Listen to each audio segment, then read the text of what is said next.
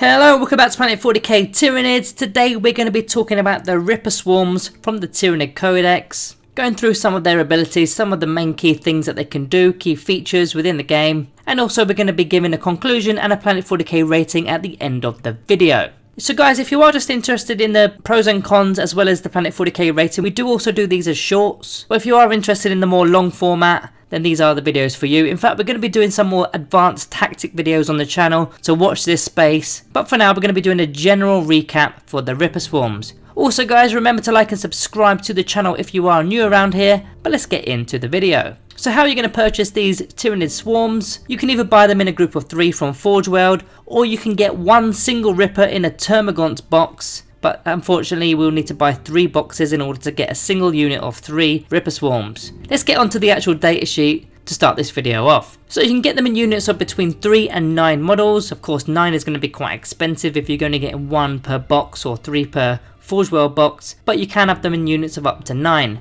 They're 15 points per base, so a min unit of these is going to be 45 points. As for the stats, they've got a movement of 6 inches, so not the quickest there for a fast attack slot anyway. Weapon skill and ballistic skill is a 5+, strength and toughness is 3, wounds 4, attacks 4, leadership 4, and a 6+ armor save. So quite squishy in terms of the resiliency there, but sometimes 4 wounds does get it out of dodge. I would be slightly worried about coming out of Synapse though with that leadership value of a 4. So going down to the bottom of the datasheet here, we've got the keywords of note. They're a swarm, so they're not an infantry. That's going to interact slightly differently with the terrain features as well as some of the secondary objectives. So there is a weapon option which is only an upgrade. It's 10 points for the entire unit. It doesn't matter whether you've got 3 Ripper Swarms or 9 Ripper Swarms, it's still going to cost you 10 points for the entire unit regardless of how many Ripper Swarms you've got in the unit. So these are range 6, pistol 4, strength 2, 0 AP, 1 damage. So of course the larger the unit the better this will actually be, and the cheaper of course because it's 10 points for the whole unit. It's only 6-inch range, but they can be fired into combat because they're pistols,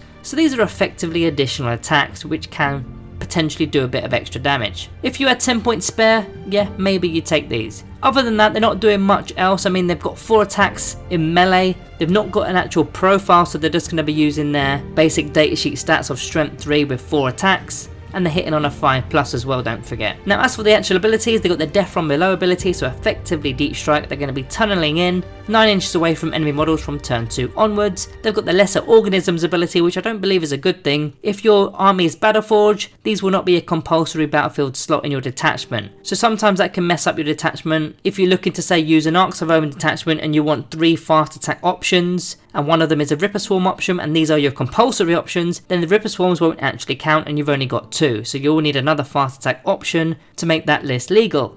Of course you could just select another battlefield role and have 3 units within that battlefield role, but if you didn't have those units, this may become a little problem. And then the final ability is the Burrow and Squirm ability. A range attack made against your Ripper Swarms that are already in cover are going to get a +1 to their armor saving throw. So the benefits of cover don't necessarily just mean light cover, it could be dense cover. There's all sorts of types of cover within the game. You're going to get a +1 to your saving throw if they are within cover. Right, before talking about some stratagems, I just wanted to quickly go over one of the Hive Fleet options that could work quite nicely with the Ripper Swarms, especially with the Spine Moors. Now if you were to select the Gorgon Hive Fleet, when you're making an attack against a non-vehicle or non-titanic unit, an unmodified wound roll of a 4+ is always successful. So bearing in mind these Spine Moors are only strength 2, you could go up against a toughness 8 monster and still be wounding on a 4+. That makes them the equivalent of being strength 8 at that particular time. And the same thing happens in melee in fact. We're only strength 3 with these swarms, but you could go up against, again, a toughness 8 monster, and that effectively gives your weapons strength 8 at that time against that particular unit. That's going to work for all different toughnesses. So if you're going up against toughness 5, you are now effectively strength 5 going up against that unit, because that's the equivalent of having a 4+ to roll. Of course it doesn't work against vehicles or titanic models, but pretty much everything else, a 4+ to wound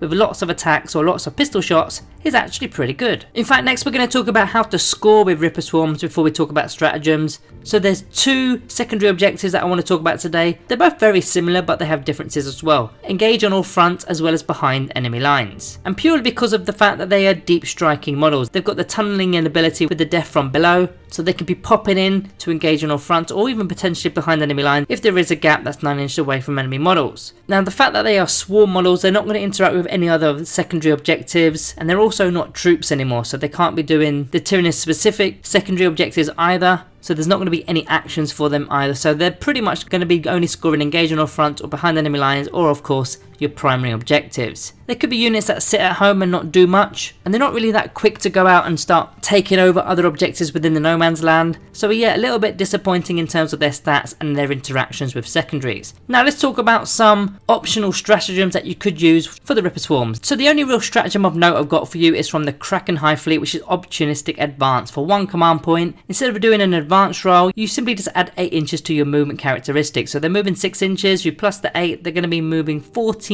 inches, which could get them into a better location. But other than that, I don't see that many stratagems working that well with the Ripper Swarms. So let's just get straight into the summary, starting with the pros. They're a cheap unit for 45 points as a minimum cost. They're great for screening other models that are more important. They're quite easy to hide as well because of their flatness within the bases. They've got the deep strike option with the death from below. They've got a +1 to the cover saving throws if they're within terrain features. They've got 4 wounds per base, which is quite annoying for your opponents to deal with. They've got to dedicate quite a bit of firepower or melee attacks to get rid of these models. They've got the option of having up to 9 models within the unit, and the Spine Fist options with Gorgon in particular, but they're going to be wounding on a 4+ with the Spine Fist. That's not too bad of an option. As for the cons, they're toughness 3, they've got a 6+ armor save, very squishy. They're hitting on a 5+, which is kind of stinky. They've got not much synergy within the codex itself, and swarms do not do any of the actions. So that's another use for them gone out the window with the secondaries.